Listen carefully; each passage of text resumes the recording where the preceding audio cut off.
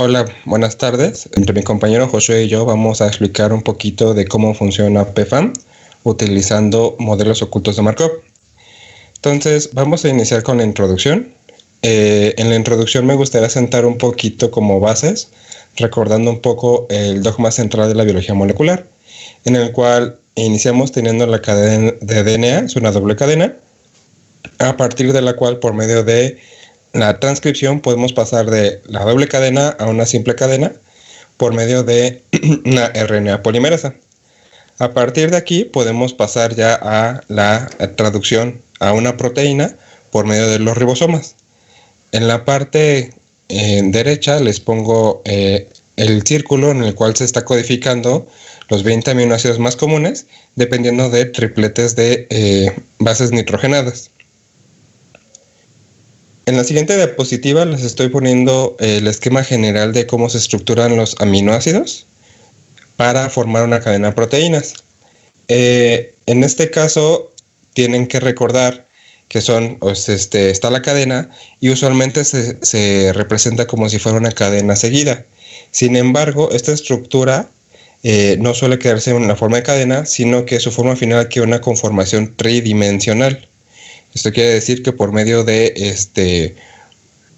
interacciones entre los aminoácidos termina formando una estructura 3D que ya tiene un poquito más de funcionalidad.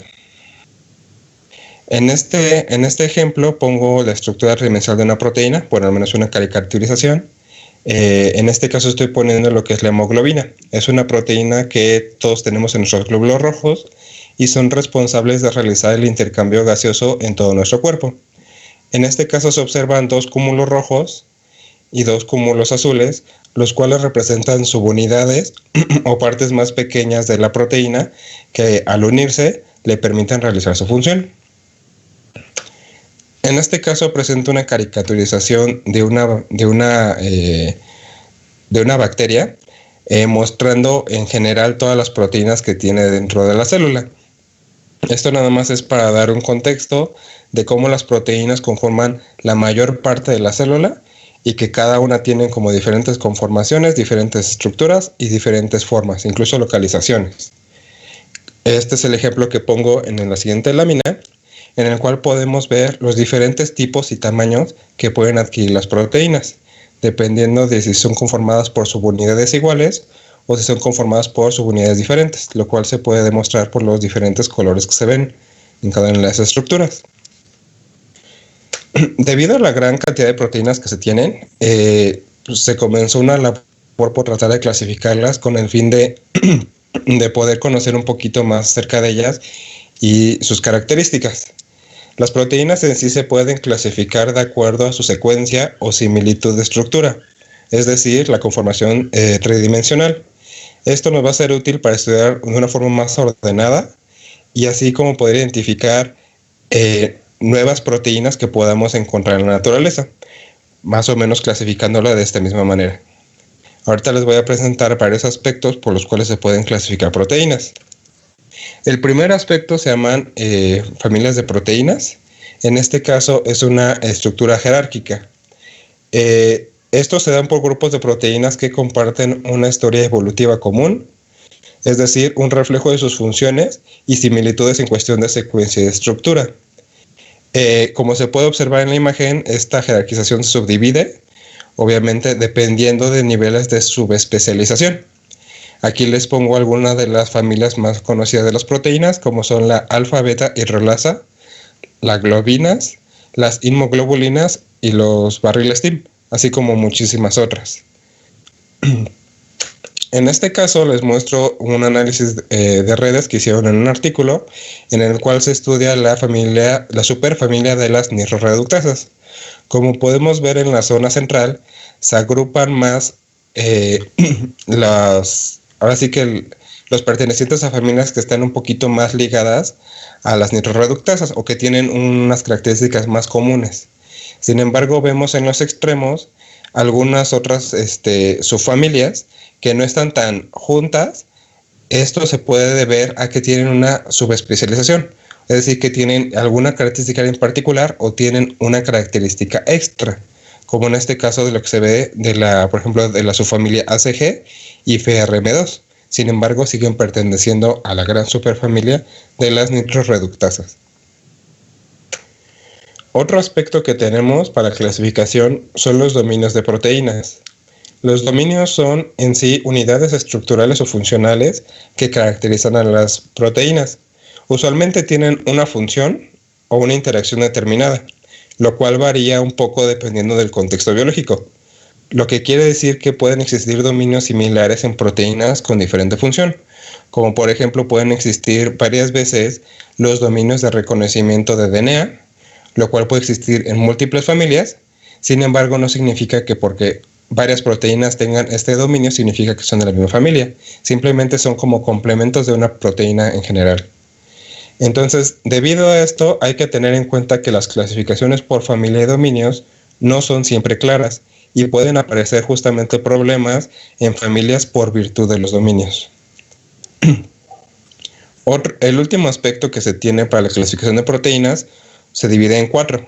En este caso tenemos a lo que son los sitios activos, que en sí son aminoácidos que están involucrados en una actividad catalítica. Esto quiere decir aminoácidos que pueden llevar a cabo reacciones químicas en las enzimas. Tenemos también los sitios de unión. Como mencioné antes, hay dominios que son realmente aminoácidos que están directamente involucrados en unirse a moléculas o iones, como puede ser los de sitios de reconocimiento a DNA, que básicamente lo que hacen es que terminan interactuando con las moléculas de DNA para juntarse con la molécula de DNA. Posteriormente tenemos las modificaciones post-traduccionales. Esto se refiere a que algunos aminoácidos de la cadena de una proteína pueden ser modificados químicamente, ya una vez que la proteína está conformada, dándoles otro tipo de características químicas. Estos aminoácidos son muy específicos, por lo que también se puede reconocer a varios tipos de proteínas por las modificaciones que se tienen en cada uno de sus aminoácidos. Y por último tenemos los sitios de repetición. En este caso son secuencias cortas de aminoácidos que son repetitivos. Estas repeticiones en sí pueden conferir de nuevo propiedades de unión o estructurales. Este es un ejemplo de unos sitios de repetición, que en este caso son 4 cisteínas, se repiten a lo largo de la cadena, que son capaces de interactuar con iones, en este caso hierro y azufre. Para poder clasificar ya las proteínas en familias y predecir la presencia de dominios importantes o secuencias relevantes, usualmente nosotros utilizamos herramientas computacionales. De entre estos se encuentran modelos predictivos que lo que utilizan para trabajar son estas protein signatures o firmas de proteínas, que usualmente inician mediante un alineamiento múltiple de las secuencias de proteínas que comparten un conjunto de características. Esto se puede observar por la parte que se encuentran como colores en común, como son los azules o los rojos, en el cual se puede ver que hay aminoácidos conservados. Ahorita comentaré un poquito más sobre esto. Una vez con este alineamiento, se construye un modelo inicial, que se consideran los niveles de conservación, que fueron los aminoácidos que les mencioné, y posteriormente se ingresa en una base de datos de forma reiterativa con el fin de madurar el modelo, así es como se le conoce, lo que permite relacionar secuencias más alejadas, o sea, secuencias que quizá en la primera ronda de búsqueda en la base de datos no lograron dar un hit. Posteriormente, una vez que sale eso, se tiene el modelo maduro, y ya con ese modelo maduro se puede establecer una firma ya de la familia de las proteínas y pueden ser utilizadas para análisis de secuencias. Como dentro de estas firmas o características muy específicas de las familias de proteínas, tenemos a los patrones. Como mencionamos antes, puede haber ciertas secuencias como sitios de unión o aminoácidos catalíticos. En este caso, son reconocidas como patrones por medio de alineamientos múltiples. En este caso, por ejemplo, se están alineando cuatro secuencias y se extrae un patrón de estas secuencias y se genera una expresión regular. ¿Qué quiere decir esto? Que tienen como una secuencia significativa que indica que una proteína pertenece a esa familia. En este caso el ejemplo es de que el primer aminoácido que están en rojo en la primera columna pueden ser A o C y se presenta de esta manera. Con un guión se va alternando de posición de aminoácido a aminoácido. El segundo aminoácido, como vemos, no tiene ningún patrón visible, por lo tanto se le añade una letra X. El tercer aminoácido parece que se conserva mucho la V, entonces queda nada más la V, y los posteriores son aminoácidos que pueden ser variables o que aún no se ha identificado que tengan algún patrón en común. Otra parte que tenemos son los perfiles. Los perfiles en este caso también utilizan alineamientos múltiples, pero en este caso lo que se hace es convertir estos alineamientos en un sistema de valoración específica de la posición de los aminoácidos. Esto se hace mediante la frecuencia en la que se presentan. Es decir, va a haber aminoácidos en algunas proteínas que tienen una tendencia más grande a aparecer. En este caso se le conocen como aminoácidos conservados y suelen estar siempre en la misma ubicación. En este caso se está utilizando, por ejemplo, una matriz de puntaje, la cual se construye a partir de modelos evolutivos de sustitución de aminoácidos. Otro que tenemos es el fingerprint. En este caso están más centradas en la parte de las secuencias, pero por motivos. Esto, como les mencioné anteriormente, los motivos son grandes pedazos de la proteína que derivan en complejos estructurales. Entonces, en este caso, usualmente las proteínas tienen más de uno. Puede ser un ejemplo, un motivo de unión ADN y otro motivo catalítico. Entonces, en este caso se encuentra que en las superfamilias tienen un cierto orden establecido. En este caso se pone el ejemplo de que el primer motivo es verde, el segundo es azul y el tercero es rojo.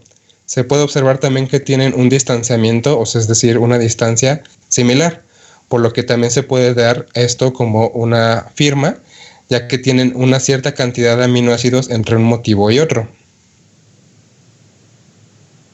Por último, tenemos los modelos ocultos de Markov, que son realmente utilizados en muchas bases de datos, justamente como PFAM.